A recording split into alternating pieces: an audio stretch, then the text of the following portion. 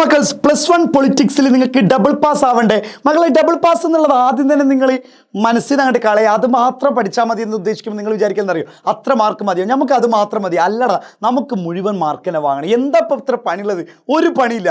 എന്നാൽ മക്കളെ നിർബന്ധമായിട്ട് പഠിച്ചോളൂ. ഇനി നിർബന്ധം വാശിയാണ് നിങ്ങൾക്ക് ഡബിൾ പാസ് മാത്രം, അല്ലെങ്കിൽ എങ്ങനെങ്കിലും പാസ്സായാൽ മതി അങ്ങനെയൊക്കെ പറയുന്നവരില്ലേ? അപ്പോൾ ഇത് പഠിച്ചാൽ ഡബിൾ പാസിൻ്റെ ഏകദേശം അടുത്തെത്തും. എന്നാലും പാസ്സാവും എന്നുള്ളത് ഉറപ്പാണ് മക്കളെ. നിങ്ങൾ +2 എത്തുമ്പോൾ ടീച്ചേഴ്സ് നിങ്ങളെ ഫെയിലായ ആളാന്ന് ഒരിക്കലും പറയില്ല. ഒന്നാമത് എന്തില്ല, +1 ഫെയിലാൻ പാസ് ഒന്നും ഇല്ല, എന്നാൽ പോലും ഒരു ഫെയിൽ ഉണ്ടല്ലോ. അതവർ നോക്കണേ. ഒന്ന് ഫണ്ടമെന്റൽ റൈറ്റ്സിൻ്റെ ആ ഭാഗങ്ങൾ കൃത്യമായിട്ട് പഠിച്ചു വെച്ചോളൂ. കാരണം അവിടെ നിങ്ങൾക്ക് എന്തായിരിക്കും essay ക്വസ്റ്റ്യൻ ആണ് പ്രതീക്ഷിക്കേണ്ടത്. ഫണ്ടമെന്റൽ റൈറ്റ്സ്, മൗലിക അവകാശങ്ങളെ പറ്റിയിട്ട്. പിന്നെ അവിടെ നിങ്ങൾക്ക് നോക്കാനുള്ള ഒരു കാര്യമാണ് നമ്മുടെ ഓരോന്നിൻ്റെയും ഫങ്ഷൻസ്, പ്രൈം മിനിസ്റ്ററിൻ്റെയും പിന്നെ അതുപോലെ തന്നെ രാഷ്ട്രപതിൻ്റെ ഒക്കെ ഉണ്ടാവില്ലേ, ആ കാര്യങ്ങൾ നോക്കി വെക്കണം. പ്രൈം മിനിസ്റ്റർ കാര്യങ്ങൾ, പിന്നെ ജൂറിസ്ഡിക്ഷൻ്റെ ഭാഗങ്ങൾ നോക്കണം. ഇനി ഇവിടേക്ക് നോക്കി കഴിഞ്ഞാൽ ഡിവിഷൻ ഓഫ് പവർ മക്കളെ, യൂണിയൻ ലിസ്റ്റ് പിന്നെ അതുപോലെ തന്നെ സ്റ്റേറ്റ് ലിസ്റ്റ്, കൺകറന്റ് ലിസ്റ്റ്, കുറേ പവറുകൾ തരും അല്ലെങ്കിൽ കുറേ അധികാരങ്ങൾ തരും. അതെന്ത് ചെയ്യാൻ വേണ്ടി പറയും? നിങ്ങളോട് ഡിവൈഡ് ചെയ്ത് എഴുതാൻ വേണ്ടി പറയും. പിന്നെ വരുന്നതാണ് 73ഉം 74 ഭരണഘടനാ ഭേദഗതി. അടുത്ത essay ആണ്, 8 മാർക്കിന് ചോദിക്കുന്നതാണ്. ഷുവർ ആണ്.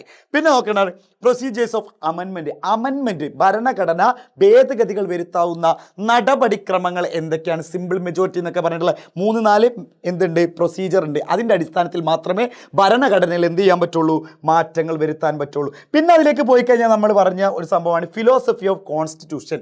അതായത് കോൺസ്റ്റിറ്റ്യൂഷൻ ഫിലോസഫി എന്തൊക്കെയാണ്, അതുപോലെ തന്നെ നമ്മുടെ കോൺസ്റ്റിറ്റ്യൂഷനെ ക്രിറ്റിസിസം, അതായത് കുറച്ച് ലിമിറ്റേഷൻസും ഉണ്ട്, വിമർശനങ്ങളും ഉണ്ട് നമ്മുടെ ഭരണഘടനയ്ക്ക്. പിന്നെ ഡിഫറെൻറ്റ് ടൈപ്സ് ഓഫ് റൈറ്റ്സ് മക്കൾ, അവകാശങ്ങൾ പല തരത്തിലുള്ള political rights, economic rights, civil rights, അങ്ങനെ വ്യത്യസ്ത റൈറ്റ്സുകൾ പഠിച്ചു വെക്കുക. പ്രിൻസിപ്പിൾസ് ഓഫ് ജസ്റ്റിസ്, അതേപോലെ തന്നെ ജസ്റ്റിസ്, അതായത് നീതിയുടെ എന്തിനും 3 മാനങ്ങളുണ്ട്, ആ കാര്യങ്ങൾ പറഞ്ഞാൽ. പിന്നെ നീതി, അതായത് എങ്ങനെയൊക്കെയാണ് നീതി ക്ലിയർ ആവാന്നുള്ളത്. പിന്നെ വയലൻസ്, അതായത് പീസ് എന്നുള്ള ചാപ്റ്റർ, സമാധാനം എന്നുള്ള ചാപ്റ്ററിൽ സ്ട്രക്ചറൽ വയലൻസ് ഉണ്ട്, ആ സ്ട്രക്ചറൽ വയലൻസിൻ്റെ കാര്യങ്ങൾ നോക്കി വെക്കുക.